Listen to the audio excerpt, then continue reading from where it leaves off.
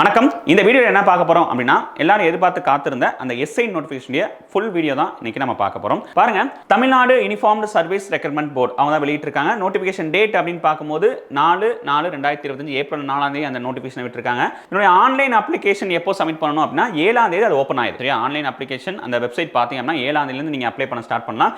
எப்போ முடியுது அப்படின்னு பார்க்கும்போது 3/5/2025 அவங்க ஒரு மாசம் அவங்க டைம் கொடுக்குறாங்க அப்ளை பண்றதுக்கு. நீங்க அந்த ஒரு மாசத்துல எப்போ நீங்க அப்ளை பண்ணுங்க, மேக்ஸிமம் எவ்வளவு முடியுதோ அந்த முன்னாடியே நீங்க அப்ளை பண்ணுங்க. அதனால அந்த சர்வர் ப்ராப்ளம் அதெல்லாம் நீங்க லாஸ்டா அப்ளை பண்ணும்போது பாத்தீங்கன்னா அந்த சர்வர் ப்ராப்ளம் தான் இருக்கும். சரியா? அதனால அதை தவிர்க்கிறதுக்காண்டி நீங்க என்ன செய்ய, முன்னாடியே அப்ளை பண்ணிக்கோங்க. அதே மாதிரி எக்ஸாம் டேட் எப்போ சொல்லிருக்காங்க அப்படின்னு பார்க்கும்போது இன்னும் அனௌன்ஸ்மெண்ட் பண்ணல. ஓகேமா? என்ன சொல்லிருக்காங்க, date will be announced later அப்படின்னு சொல்லிருக்காங்க. சரியா? பின்னாடி நாங்க அறிவிப்போம். பட் இப்போ அப்ளிகேஷன் என்ன செஞ்சிட்டாங்க அப்படின்னா அவங்க கொடுக்குறாங்க. சரி சார், அப்ப வேகன்சி எவ்வளவு அப்படின்னு பாத்தீங்க அப்படின்னா நம்பர் ஆஃப் வேகன்சி அப்படின்னு சொல்லி 1299 கொடுத்திருக்காங்க. பிளஸ் 53 ஷார்ட் ஃபால் வேகன்சி, அந்த பேக்லாக் வேகன்சி சொல்ல முன்னாடி நிரப்பப்படாம இருந்த அந்த வேகன்சியும் சேர்த்து 53 வேகன்சி. டோட்டலா எவ்வளோ அப்படின்னு பார்க்கும்போது 1352 வேகன்சி. சரியா?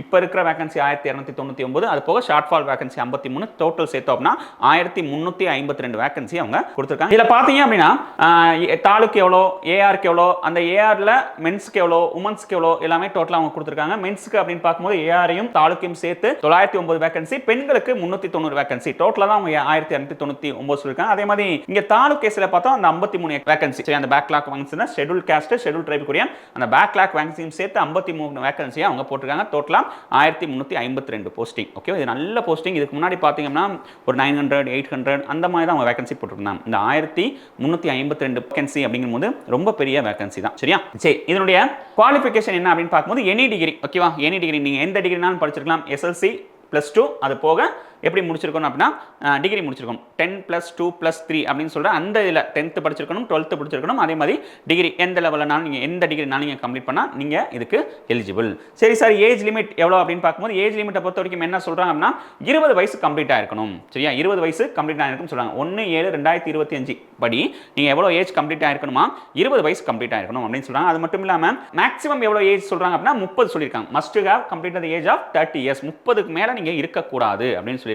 ஆனா சில இதுல அந்த பேக்வர்ட் கிளாஸ் முஸ்லீம், பிசி, எம்பிசிக்கெல்லாம் பாத்தீங்கன்னா 32 வயசு வரைக்கும் அவங்க ஏஜ் லிமிட் கொடுங்க. 2 வருஷம் ஏஜ் ரிலாக்ஸேஷன் கொடுத்து 32 வயசு இருக்கலாம். அதே மாதிரி எஸ்சி எஸ்டிக்கு பாத்தீங்கன்னா 35 வயசும், டிரான்ஸ்ஜெண்டருக்கு 35 வயசும், டிஸ்ட்ரிக்ட் விடோ ஓகே அவங்களுக்கு 35 வயசும், அந்த மாதிரி ஏஜ் லிமிட் அவங்க கொடுத்துருக்காங்க. சரி, ஆனா பொதுவா பார்க்கும்போது 20 30 அவங்க அந்த காஸ்ட் வைஸ் பார்க்கும்போது இன்னும் 2 வருஷம் அவங்க எக்ஸ்ட்ரா தான் கொடுத்துருக்காங்க. இந்த வேகன்சியுமே பார்த்தீங்கன்னா எந்தெந்த கோட்டால எவ்வளோ வேகன்சியும் அவங்க சொல்லியிருக்காங்க. அந்த ஓப்பன் கோட்டாக இருக்கட்டும், டிபார்ட்மெண்ட் கோட்டா, அது மாதிரி ஸ்போர்ட்ஸ் கோட்டால எவ்வளோ வேகன்சி இருக்கு அப்படின்னு டீட்டெயிலாக என்ன செஞ்சிருக்காங்கன்னா ஸ்பிளிட் அப் அந்த நோட்டிஃபிகேஷன்ல கொடுத்துருக்காங்க. இதோட எக்ஸாம் பேட்டர்ன் அப்படின்னு பார்க்கும்போது தமிழ் எலிஜிபிலிட்டி டெஸ்ட் ஒரு 100 மார்க்கும், அதே மாதிரி மெயின் ரிட்டன் எக்ஸாமினேஷன் அந்த மெயின் ரிட்டன் எக்ஸாமினேஷன் 70 மார்க்கும் இருக்கும். நெக்ஸ்ட் பார்த்தீங்கன்னா பிசிக்கல் ஒரு 15 மார்க்கும், வைவா அதாவது இன்டர்வியூ பார்த்தீங்கன்னா 10 மார்க்கும், அதே மாதிரி ஸ்பெஷல் மார்க்ஸ்னு சொல்லி ஒரு 5 மார்க். நீங்க வந்து என்சிசி ஓகேவா அந்த ஸ்கவுட்ல தான் இருந்தீங்கன்னா அதுக்கு ஒரு தனியாக உங்களுக்கு மார்க்ஸ் கொடுத்து மொத்தம் எவ்வளவு மார்க்ஸ் அப்படின்னு பார்க்கும்போது 100 மார்க்ஸ். இந்த மார்க்கை கால்குலேட் பண்ண மாட்டாங்க. தமிழ் எலிஜிபிலிட்டி டெஸ்ட்டை மார்க்ல கால்குலேட் பண்ண மாட்டாங்க.